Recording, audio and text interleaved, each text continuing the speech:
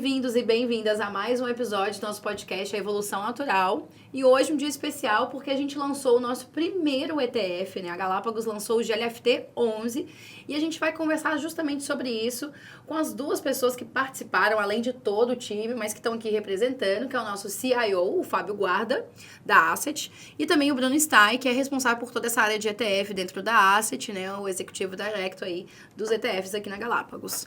Então, sejam bem-vindos a mais um nosso aqui episódio. Obrigado, Rebeca. Obrigado, Rebeca. Eu já assisti vários de fora, é legal estar aqui. Ah, que bom, né? Seja bem-vindo também na Galápagos, Obrigado. Você é super recente aqui, Quinto né? dia. Pois é, quinto dia. Bom, para começar, eu queria que vocês contassem um pouquinho da motivação. E eu acho que aqui o Fábio tem muito essa questão da motivação institucional, por que a Galápagos quis entrar nesse mercado, e você até por a questão toda histórica aí de ETF, né? Por que a gente tem que também estar nisso? Bom, quando a gente começou a Galápagos lá em 2019, né, a ideia é que a Asset fosse um dos pilares principais, né, um dos principais negócios da Galápagos. E aí, em conversas nossas aqui com o Fonseca, a gente já tinha essa visão, né, de que o mercado vai acabar se segmentando, né, em produtos que são muito baratos e simples, triviais, né, produtos padrão, e produtos muito elaborados, com mais risco ou mais complexidade, que vão ser produtos mais caros. Você vai poder vender essas duas pontas, o miolo deve ser dragado aí para esses dois universos, né? Principalmente o universo de alocadores, né? Os alocadores vão poder fazer os seus portfólios alocando nessas duas pontas sem ter que pagar um custo por um produto híbrido ali no meio. E essas duas pontas elas podem ser feitas tanto via ETF quanto via fundos tradicionais. Porém, o produto ETF ele traz uma agilidade e uma praticidade para o investidor e para o alocador bastante grande. Tem questões tributárias, né, que enfim, depois a gente pode entrar nessa seara, mas o fato de ser um produto tradável na bolsa, que você não necessita da aprovação do alocador, ou do compliance do alocador, ou de todo o due diligence do alocador para fazer isso, porque isso já foi feito, entre aspas, um processo de criação do próprio ETF e a bolsa listando esse ativo, isso facilita muito. Então, lá atrás, a gente não tinha uma massa crítica de volume para justificar a empreitada de lançar ETFs, a gente precisava maturar a estratégia de negócio primeiro, e foi o que a gente fez ao longo desses 5 anos. Porém, sempre com esse tema revolvente. Quando que a gente vai ter a nossa estratégia de ETF, quando é o momento certo de lançar, quando a gente, né, propõe isso para Galápagos. E aí o que aconteceu de fato, né, assim, foi uma conjunção, né, de fatores. A gente maturou as estratégias, né, que a gente estava correndo no Asset. Elas precisam ainda de crescimento, sim, precisam ainda de investimento, sim. Porém, chegamos num momento que fazia sentido começar conversas para trazer um grupo para tocar essa estratégia de ETF, porque é algo muito específico, tem muita idiosincrasia na montagem dos índices, na montagem dos produtos, nas parcerias que você tem que fazer para o market making, para o provedor, né, de preço. Nesse momento, a gente ficou sabendo que o Bruno estava em Garden Leave. E a gente acabou conhecendo uma pessoa que trabalhou com o Bruno há alguns anos, que é o Vitor, acabamos trazendo o Vitor primeiro e começamos as conversas com o Bruno. E aí fazia muito sentido trazer o Bruno porque a gente tem um histórico profissional, né, junto. A gente trabalhou, né, há muitos verões no passado, que não vale nem a pena mencionar. A gente trabalhou junto no Unibanco, na UAM, né, e o Bruno, né, a gente teve uma parceria, eu acabei ficando com um legado de um produto que ele desenvolveu, um mandato japonês, então a gente teve sempre muita afinidade. Ele trilhou esse caminho, né, de 20 anos aí trabalhando com ETFs e fazia muito sentido trazer ele para tocar esse projeto se fosse a vontade dele, né? Por sorte nossa, era a vontade dele de continuar nessa indústria, num momento que aí eu acho que é um momento muito propício e eu acho que o Bruno, ele acha que é muito mais propício ainda, né, do que eu. É propício porque, assim, o mercado brasileiro, ele segue um pouco o mercado lá de fora. E já é uma tendência muito grande lá fora os produtos de ETF terem um pedaço relevante nas carteiras dos alocadores, na carteira inclusive das pessoas físicas, né? E a gente está há alguns anos atrás, o mercado brasileiro é sempre um pouco, né, defasado, né? A gente tem um delayzinho, tem né? um delay, exato, eu não queria falar o delay, mas... e acho que agora está chegando um momento e tem algo acontecendo que eu gosto muito de frisar, né? O nosso wealth management, ele sempre foi um wealth management fee-based, em vez de cobrar rebate dos produtos. Por que isso é muito relevante e muito importante, né? O ETF não pode pagar rebate. É um produto muito barato, tradado em bolsa. Qualquer outro fundo, qualquer outro produto do mercado pode pagar rebate. O mercado brasileiro ele era 90%, 95% rebate e nós, pioneiros no fee-based e algumas outras casas fee-based. Isso está começando a mudar. Com essa mudança vai abrir um espaço enorme para o ETF, porque o alocador, em vez de tentar vender um produto que o remunere com um rebate substancial, ele vai ter que alugar um produto, não vai ter mais rebate para ser pago, então ele vai olhar e falar assim, vou alocar num produto caro e ruim ou vou alocar num produto barato e eficiente? É isso. A gente começa a explorar esse lado do ETF. E todo dia a uma história sobre isso. Estamos vendo aí acontecendo a questão do COI. Então isso traz mais ainda à tona de que não é sobre rebate.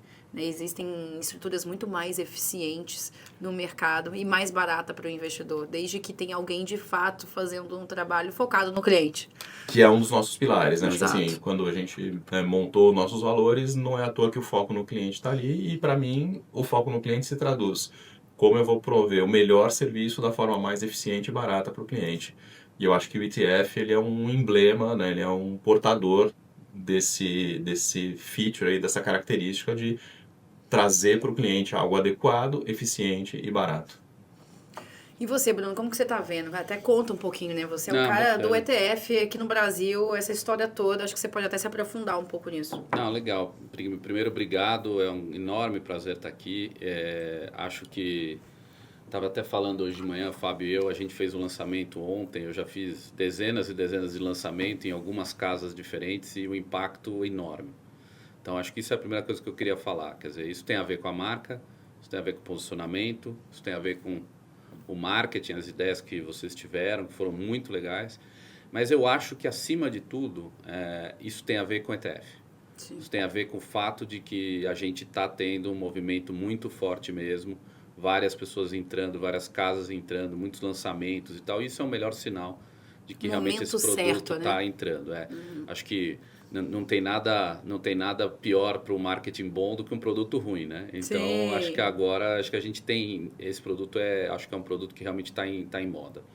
Tem algumas coisas aí no que o Fábio falou. Primeiro, obrigado aí pelas palavras e pela parceria já de muitos e muitos anos.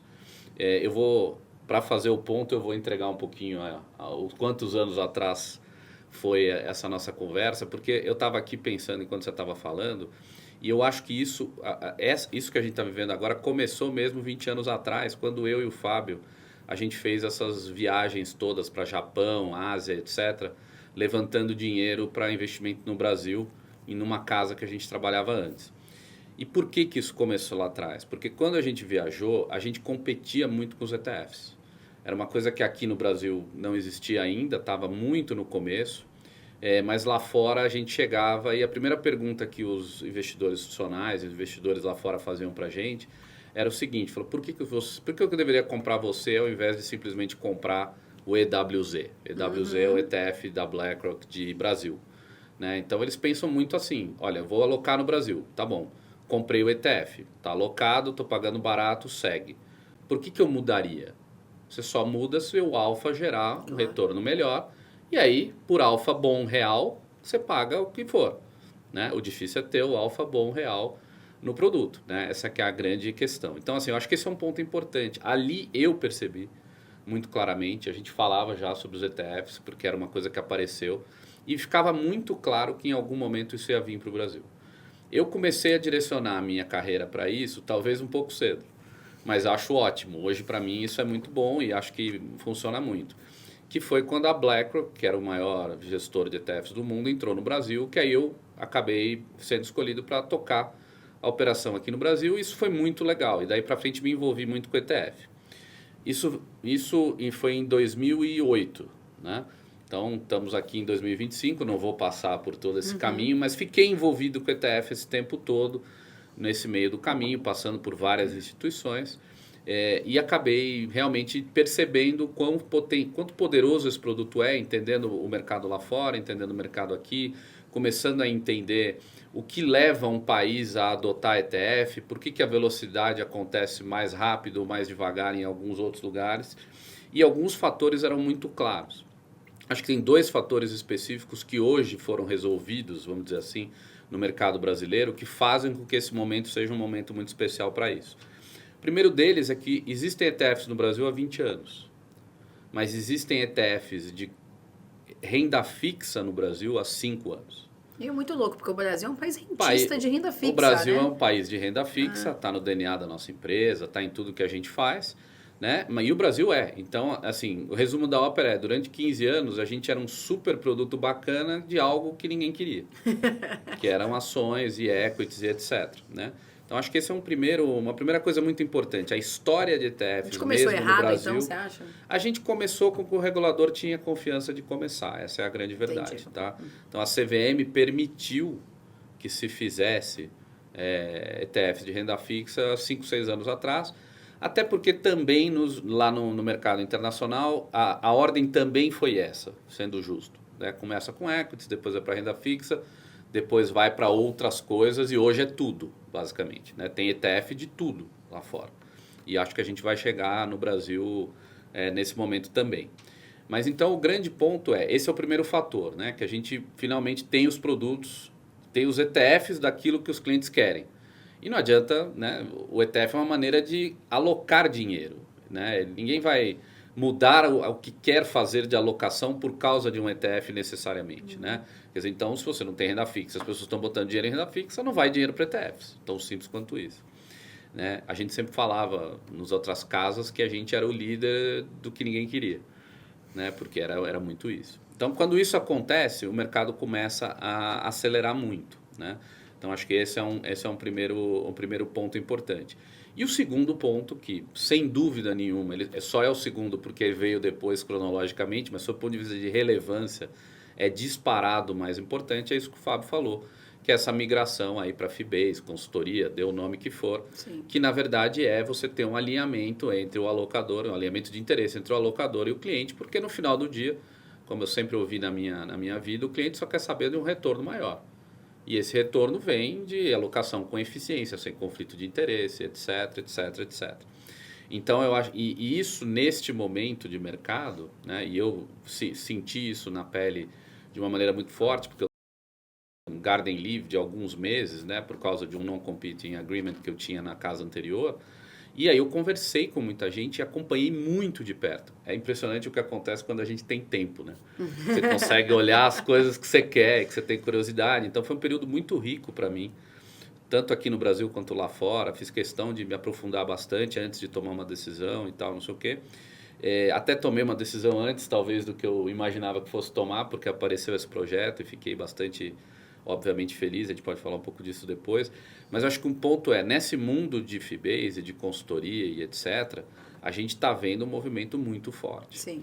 E eu tive a sorte de, nesse momento de mercado, que eu fiz uma pausa, né, eu costumo brincar que eu era quase que tipo um board member de ETF, ou seja, todo mundo que queria saber um pouco de ETF, eu acabava conversando.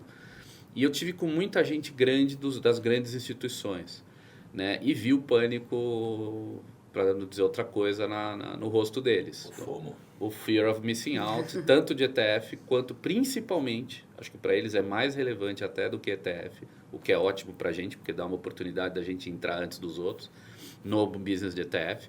Mas eu vi muito fortemente o medo deles dessa migração para FIBase, porque é onde eles não têm escala. Né? Então, você tinha os bancos, algumas plataformas desintermediaram os bancos e criaram escala num tipo de jogo de comissão.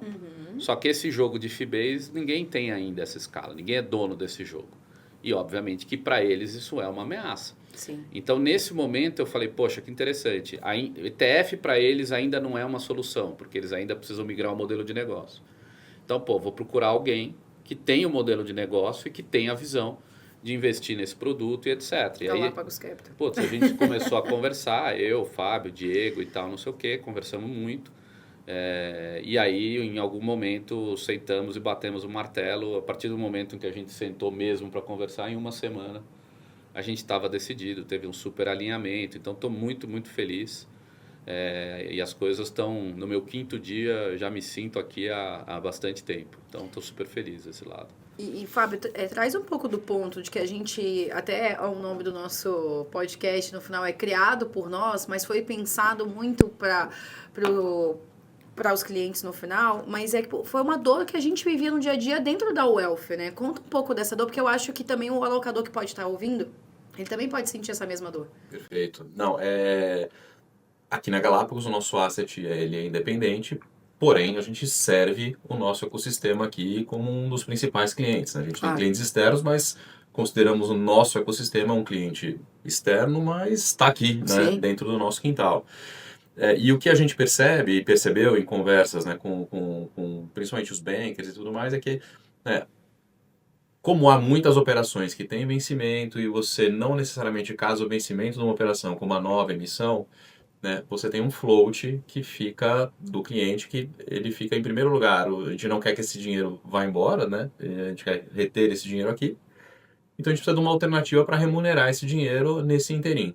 Né? E o arcabouço fiscal brasileiro ele pune o investimento de curto prazo com o IOF na maioria dos investimentos. Né? Então, se você comprar um título público para o cliente, em 30 dias você tem incidência de IOF. Se você comprar um fundo tradicional, tem o IOF. São raros os instrumentos que você não paga esse IOF.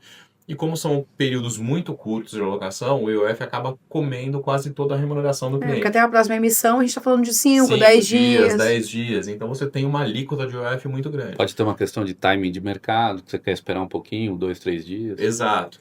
Então, o parqueamento desse recurso aqui dentro carecia de uma solução melhor. A gente já tinha um fundo, que era um fundo que a propósito para isso, mas não resolvia integralmente a questão do cliente, que tô pagando IOF, estou tendo um pouco de remuneração. Uhum. O produto ETF não tem IOF, ele é um produto bursátil, né? Ele é um ativo negociado em bolsa, ele não tem o IOF, ele tem uma alíquota de imposto um pouco maior, 25%, porém é irrisório esse imposto que ele vai pagar comparado ao pênalti que ele estaria tendo se ele operasse um ativo tradicional e pagasse o IOF. Sim. Então, daí veio essa solução. Então, o que é? Uma solução que a gente, né, pensou para atender uma dor interna aqui nossa, porém essa dor é uma dor que está em muitos alocadores. Né? Tem muito alocador que deve ter esse mesmo problema, né? A gente tem convicção disso. Então, é um produto que serve ao mercado como um todo, né? Com a beleza do seguinte, a gente não precisa do due diligence desse produto nesse alocador terceiro para que o seu cliente possa fazer a compra desse produto. Né? Ele está disponível. Né, a B3 já fez toda essa governança. Exato. Né? Exatamente. Então, e muitas vezes você não precisa negociar termos comerciais com o parceiro, né? Exato, que eu acho que é uma grande questão. Né? Você prescinde do due diligence, prescinde dos acordos de rebate. Então a gente pensou o produto aqui para atender uma dor interna, né, com foco no nosso cliente, mas a gente acredita muito que é um produto que atende ao mercado como um todo. Eu ia falar um pouco que você trouxe aí, né, de outros players que estão pensando nisso. E aí eu queria trazer justamente essa questão de o que diferencia esse nosso ETF, né, de LFTs, o GLFT11, de outros que tem no mercado. A gente sabe que tem poucos, né? Afinal de contas, nasceu há pouco tempo os ETFs de renda fixa. Mas o que de fato diferencia, bem do ponto de vista também, acho que do alocador aqui, mas se puder trazer também do investidor, acho que agrega. Sem dúvida. Eu acho que, bom, primeiro, acho que uma questão importante para a gente é a gente montar o produto.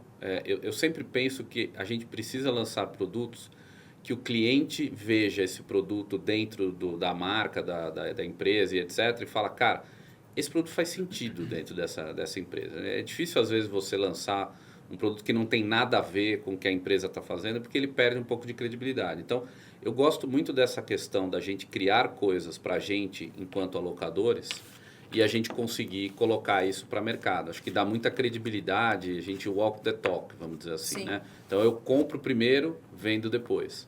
Que é uma coisa sempre importante. Dificilmente você consegue vender bem o que você não comprou antes para você. E é um pouco do posicionamento da Galápagos, assim, quando a gente olha para crédito. A gente é sempre um risk taker aqui. Isso. No final do dia, a gente também está usando esse produto. Exatamente, né? Exatamente. Então, no caso desse produto especificamente, por exemplo, tem uma coisa muito curiosa que vários desses concorrentes nossos, eles acabam lançando muito produto para público em geral. Assim, eles tentam fazer aquele produto que serve para todo mundo o tempo todo. E a gente sabe no mundo de hoje, com todo mundo digital e etc., que isso normalmente não é um bom caminho. Né? Porque é aquela história das startups, né? Que você tenta servir cafezinho para 1.000 pessoas, na média o café chega morno. Né? Então, isso é um ponto para mim muito importante, que é o seguinte, gente, vamos fazer um produto realmente que os outros não estão olhando. E por que eles não estão olhando? Porque a gente que resolveu fazer todos os nossos produtos para resolver um problema específico de um determinado tipo de cliente. Assim que a gente pensa. É lógico que ao montar um produto desse, se esse produto servir para todo mundo depois, é melhor. É o caso, por exemplo, desse GLFT11. Qualquer pessoa hoje no Brasil que compra pós-fixado, que gosta da ideia de ficar parado numa taxa de juros de 15% ao ano, sem risco, com um dia de duration. Né? Às vezes eu falo muito para os americanos, quando eles falam assim, por que o Brasil é tão renda fixa? Eu falo assim, cara, você já imaginou se nos Estados Unidos o Fed Fund Rate fosse 15%?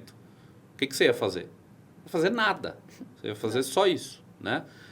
Claro, tem questões importantes que todos nós sabemos, de risco de reinvestimento, prazo, sucessão, tem toda uma discussão, obviamente a gente toma risco, mas no limite, uma boa parte do dinheiro, você simplesmente aproveita esse almoço grátis, né? Quer dizer, que acaba acontecendo. Então, acho que esse é um ponto importante. Então, neste caso, para qualquer um que faça pós-fixado, para qualquer um que tenha fluxo de dinheiro de curto prazo. Gestão de caixa, total. Para qualquer um que se preocupe em não deixar o dinheiro parado na conta, que no nosso país é uma obsessão, não é uma preocupação. E ela faz sentido, porque ela é remunerada. Você deixou um dia dinheiro parado na conta, você perdeu uma grana. Né? Então, assim, se você está preocupado com isso, esse produto serve. Né? Então, isso é muito importante. E aí tem um ponto muito importante que é o seguinte, este produto especificamente tem muito... Eu diria que não tem nenhum igual a ele, que seja realmente de curto prazo. Né? Por quê? Porque a gente, para montar um ETF na carteira que seja muito de curto prazo de LFT mesmo, ou seja, sem risco de duration, sem risco praticamente nenhum para o cliente que está colocando dinheiro ali, para o dinheiro que está parado ali por alguns dias para migrar, ao você fazer um produto desse, o imposto de renda, como o Fábio comentou, é 25%. Então, assim, as pessoas olham e falam, quem que vai colocar dinheiro num produto que paga 25% de imposto de renda? Dado que um fundo ou tesouro nos primeiros 6 meses é 22,5%. Exatamente. Só que esse produto não é para ficar o dinheiro lá um tempão. Uhum. Então, o que você deixa de pagar de IOF, muito mais do que compensa os 25%. Só que as pessoas que estão olhando para criar produto em outras casas não estão com esse viés de resolver um problema específico de um grupo específico. E aí a gente está muito de olho nisso porque esse é um problema nosso. Como o Fábio falou, a gente tinha essa dor. E aí a gente resolveu fazer. Esse produto surgiu de uma conversa nossa, onde eu estava falando um pouco de ETF e eu estava falando, cara, qual é o ETF que vocês vão alocar dinheiro primeiro? Vocês, porque eu ainda estava fora, hoje é a gente. Né? E aí surgiu esse produto para isso. E eu acho muito curioso isso, porque... Tem algumas pessoas que eu já ouvi de mercado falando assim, você lançou um produto com 25%. Eu lancei. Mas é que a pessoa não entendeu no final do dia que ali uns 29%. A pessoa está tentando acertar o produto perfeito para todos. Deixa eu trazer uma polêmica aqui. Bueno. Vocês acham que os gestores também, os alocadores grandes que a gente está falando, para esse produto até para alocador, né? Principalmente para alocador. Vocês acham que eles têm um pouco de preconceito no sentido de... É como se fosse mostrar que ele é preguiçoso para fazer a gestão? Então, vou alongar um pouco esse tema, que eu acho que ele é bem relevante, porque isso passou por muita reflexão, né? Houve muita reflexão minha a respeito disso. Quando surgiu o ETF lá, né, no meados dos anos 2000, aqui no Brasil, ele veio carimbado um pouco, né, com é um produto passivo, né? Uhum. Outras casas chamam a gestão de passivo, né, de gestão passiva, e assim, eu acho que ele tem de fato um certo preconceito, assim, há um certo preconceito porque historicamente o gestor, né, de assets aqui, que era o gestor ativo, que ele quer entrar, comprar, vender e tudo mais, de fato, um ETF você não faz isso. Quem faz isso é o market maker, é o produtor, né, da carteira. Mas ele toma a decisão do que investir, né? Então, exato. Só que aí, Rebeca, assim, acho que a gente já teve aqui falando, né, por exemplo, do investimento sistemático. Sim. Né? Que ele tira, de fato, toda essa decisão do gestor, né, e terceiriza essa gestão para um algoritmo. Esse algoritmo foi desenvolvido por alguém que tem alguma expertise em gestão. Né? O algoritmo é artesanal, né? Não, ele é desenvolvido, a gente fala assim, alguém que tem expertise em gestão, fala, o que eu gostaria de fazer nessas e nessas situações sobre essas condições. Deixa eu sistematizar isso. E aí a minha reflexão foi passando muito por isso. Assim, o ETF não é um produto que eu carimbo ele como passivo. Você pode ter estratégias ativas dentro do ETF, desde que você use tecnologia, sistematize isso e monte um índice e você possa fazer com que esse índice seja replicável em diferentes cenários, em diferentes praças. Então, a gente tem que desmistificar, o gestor é preguiçoso. Não, o gestor ele é inteligente o suficiente para pegar a sua estratégia, traduzir ela em um arcabouço que vai virar um índice e você pode fazer qualquer coisa virar um índice. Literalmente hoje, a gente tem tecnologia, né, de fato, e inteligência para embarcar qualquer coisa no índice, né? Então, por exemplo, eu eventualmente penso, será que a gente não poderia criar um índice que seria a estratégia do Evolution e trazer esta tecnologia do Evolution que a gente faz a gestão lá com 4 pilares bastante segmentados, transformar isso em um índice e em vez de eu ter que passar por um processo de due diligence para vender o Evolution em todas as casas, eu listo um ETF do Evolution dentro da bolsa e cobro o que eu acho que tenho que cobrar sobre isso e viabilizo um produto, um outro canal de distribuição. Né? Então, acho que assim, existe esse preconceito de fato, mas eu acho que ele tem que cair por terra. Né? Então, assim, a gestão ativa ela vai continuar existindo mesmo dentro do universo de ETFs. Né? Porque a inteligência passa a ser de uma outra forma, né? E também existe essa simplicidade do canal que eu acho que o gestor normalmente ele acaba deixando tudo mais... Ele quer deixar tudo mais complexo, porque parece ser sexy tudo ser mais complexo na gestão, né? Tem um pouco desse ego, né? Quando a gente olha para a gestão. Mas não é sobre isso, né? Posso agregar? Claro. Eu acho que tem 3 coisas que são bem relevantes aí. Eu acho que assim, a primeira coisa, essa discussão toda de gestão passiva, ativa e algoritmo e delegar isso para um sistemático, qualquer coisa assim, eu tenho a impressão que essa é uma discussão antiga.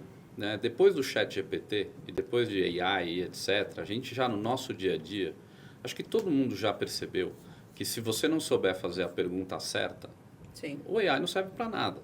Exato. O algoritmo não serve para nada. Então, acho que isso aqui, para mim, é uma coisa muito importante. Na verdade, o que você tem que enxergar o ETF é como um produto que te dá produtividade para você poder fazer melhor o seu trabalho de uma forma mais barata e aí você manter a sua margem diminuindo o custo final para o cliente. Se você baixou o custo, mantém o markup e você está vendendo mais barato, todo mundo ganha. Acho que esse é o nome do jogo hoje em dia, que eu acho que é muito importante aqui. Segunda coisa que eu queria falar sobre isso é o seguinte, quando a gente fala de gestão passiva, ETFs são coisas simples e gestão ativa que é o interessante, é o que dá dinheiro. O maior detentor de Bitcoin do mundo hoje é um ETF. Quer dizer, e Bitcoin é uma coisa que está longe de ser uma coisa conservadora, de ser uma coisa que não tem volatilidade, que não dá dinheiro. Né? Quer dizer, essa é uma discussão muito interessante. E hoje o maior detentor de Bitcoin no mundo, até onde a gente sabe, né? Tem umas polêmicas aí que o Fábio principalmente entende muito sobre, mas que os maiores detentores de Bitcoin hoje disparados são os ETFs, não é nem só um, de Bitcoin no mundo. Quer dizer, por que isso aconteceu? De alguma maneira, o ativo de mais performance, mais arriscado, mais polêmico, não sei o que lá, foi para dentro de ETF. Se isso não é uma prova de que o ETF é uma coisa eficiente que veio para ficar, eu não sei o que é. É que eu acho que o conceito do ativo e passivo é que ele está se perdendo aqui. Isso. Porque não é passivo de você não fazer nada. É passivo só porque está seguindo aquilo ali. E seguindo aquilo ali é altos e baixos o tempo inteiro. É esse o ponto. Né? E o terceiro ponto, esse para mim é absolutamente matador. O maior usuário de ETFs no mundo, disparado, são os gestores ativos. São os alocadores, são os hedge funds, são os single family offices, são os investidores mais sofisticados do mundo. Então, se os investidores mais sofisticados do mundo não usam ETF, usam ETF muito fortemente, a ponto de ETF hoje já ser maior do que a gestão ativa, porque uma boa parte da gestão ativa retroalimenta os ETFs, né? Isso, para mim, é também o final da história. Quer dizer, que eu acho que quem promove essa discussão, na verdade, é quem tem um modelo de negócio em que ganha mais dinheiro prometendo uma gestão ativa que gera alfa, que cobra muito e que não necessariamente dá para o cliente o que realmente interessa para ele, que é performance no final. Exato. Né? Então, assim, para mim, essa é uma questão muito importante. Esses 3 pontos, para mim, são muito claros. Assim. Essa discussão a gente tinha muito lá atrás. Né? E eu acho que o mundo foi mostrando, e era uma discussão real na época, fazia todo sentido e tal, mas o mundo foi mostrando que quando o produto é eficiente, ele resolve um problema efetivo de uma quantidade boa de pessoas, ele vai ser adotado. O mundo é da produtividade, né? Então, eu acho que para mim, esse é um ponto bem importante. Fazendo sempre o disclaimer que eu sou viesado para ETFs. Né? Total. Você está imerso no mundo. Gente, o nome do nosso podcast é Evolução Natural. No final, eu sempre pergunto o seguinte: o que vocês estão vendo aí de evolução natural do mercado de ETFs? E até na Galápagos, dá um spoilerzinho do que tem por vir. Tá, vou começar, Bruno. Assim, acho que vou abrir um pouco. Acho que a evolução do nosso negócio de asset, né, ela vai passar pela integração, né, do ETF como um produto-chave, né? Então, como eu comecei no começo, né, assim, já estamos focando, e acho que cada vez a gente vai se aprofundar mais nisso, né, em produtos que são muito simples, triviais e baratos, e produtos que vão ser muito complexos, que vão ter um risco maior, que vão ter uma inteligência maior agregada e que vão ser mais caros. Então, a gente cada vez mais vai, né, fazer com que o desenho da prateleira de produtos seja esse desenho, né, com 2 caudas bem gordas, né, e o alocador, ao fim e ao cabo, ele vai, eu quero um produto que tenha o risco ali no meio, eu vou comprar um pedaço desse produto que é barato, vou comprar um pedaço do produto que é mais caro e vou estar com o risco alocado aqui, adequado no meio para o meu cliente e vou fazer essa alocação eficiente de portfólio. E aí eu acho que o Bruno vai complementar, eu acho que, né, independente do veículo, se é um produto tradicional ou de fundo que vai ter o seu espaço, ou se é um produto montado em si e marketeado como ETF, como eu comentei, né, sobre a questão do Evolution. Eu adoraria que a gente tivesse um ETF da estratégia do Evolution e ele fosse negociado, né, livremente, sem o gatekeeping ali, para não precisar de due diligence e não precisar, né, fazer acordo comercial para vendê-lo. Né?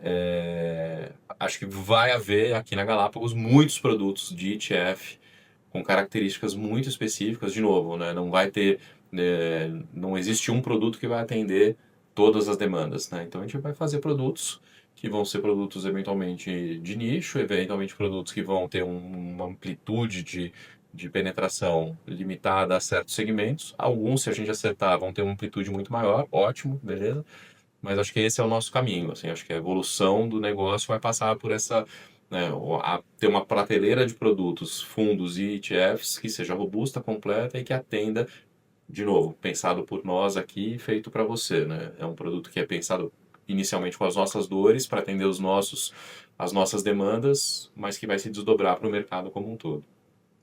O que você Perfeito. Não, eu acho que assim, eu diria que os produtos, que a evolução natural aí da nossa prateleira de ETFs e do mercado de ETFs, eu acho que segue 4 coisas, talvez. Tá? São 4 coisas que a gente está olhando. A primeira delas é mercado. Quais são as oportunidades interessantes que tem no mercado? Então, as classes de ativo que estão mais na moda, ou que estão mais, na verdade, com potencial de subir de valor e etc. Então, a primeira coisa que a gente vai olhar, claro, é tentar trazer coisas que trazem uma oportunidade de investimento importante. Tá? Então, a gente está fazendo um estacionamento de ideias. A gente já está construindo isso, tem bastante coisa lá dentro. E esse estacionamento vem, primeiro, da questão de retorno, de quais são as coisas que a gente acha que vão retornar melhor. Outra coisa que a gente olha muito é mercado internacional, porque realmente eles estão muito evoluídos. Um motivo é porque eles estão evoluídos, o segundo motivo é que é muito fácil trazer produtos de lá para cá. Eu posso lançar um ETF aqui que compra um ETF lá fora. Né? E aí eu trago para cá uma maneira... ETF de ETFs. ETF de ETFs, em que você traz para o Brasil uma coisa que está funcionando lá fora de uma forma muito eficiente, muitas vezes que não é possível fazer hoje de uma maneira simples. Então, essa é uma outra questão importante. A terceira coisa que a gente também olha é a parte de tributação. Tem que olhar, né? Então, que isso tem a ver com eficiência. Então, tributação e custo são coisas muito eficientes. O ETF, de forma geral, vamos lá, o que é um ETF? Né? O ETF é um ativo que tem vários ativos dentro. É um veículo, né? Em geral, ele é muito mais barato de você fazer a negociação de compra ou de venda em relação ao spread do que a média desses ativos. Se você comprar todos os ativos na bolsa, sairia mais caro Sim. do que comprar o ETF. Essa é a grande vantagem, porque ele traz eficiência operacional. Então, essa é uma outra questão muito importante. E aí, tudo isso junta com a última parte, que talvez seja a mais importante, que é, hoje em dia, produtos que dão certo são produtos que efetivamente resolvem algum problema grande e relevante de um grupo de clientes. Claro. Então, a gente está sentando com todo mundo que faz a gestão de dinheiro, alocação, advisory aqui dentro, e está sentando com eles falando, cara, olha, está aqui, esse é um monte de ideias que eu tenho. Tem alguma aqui que te chama atenção? Que resolve um problema efetivo seu? E aí, provavelmente, é por aí que a gente vai priorizar. Já tem algumas coisas aí no pipeline, algum produto internacional, né, interessante. A gente está pensando também num produto nessa onda de temáticos, né? Então, já falei aqui um pouquinho de inteligência artificial, algumas coisas assim. Então, tem muita coisa que tem o famoso fear of missing out, né? Todo mundo, que move o mundo hoje, né? Essa ansiedade que todo mundo tem de ficar de fora das coisas que estão mais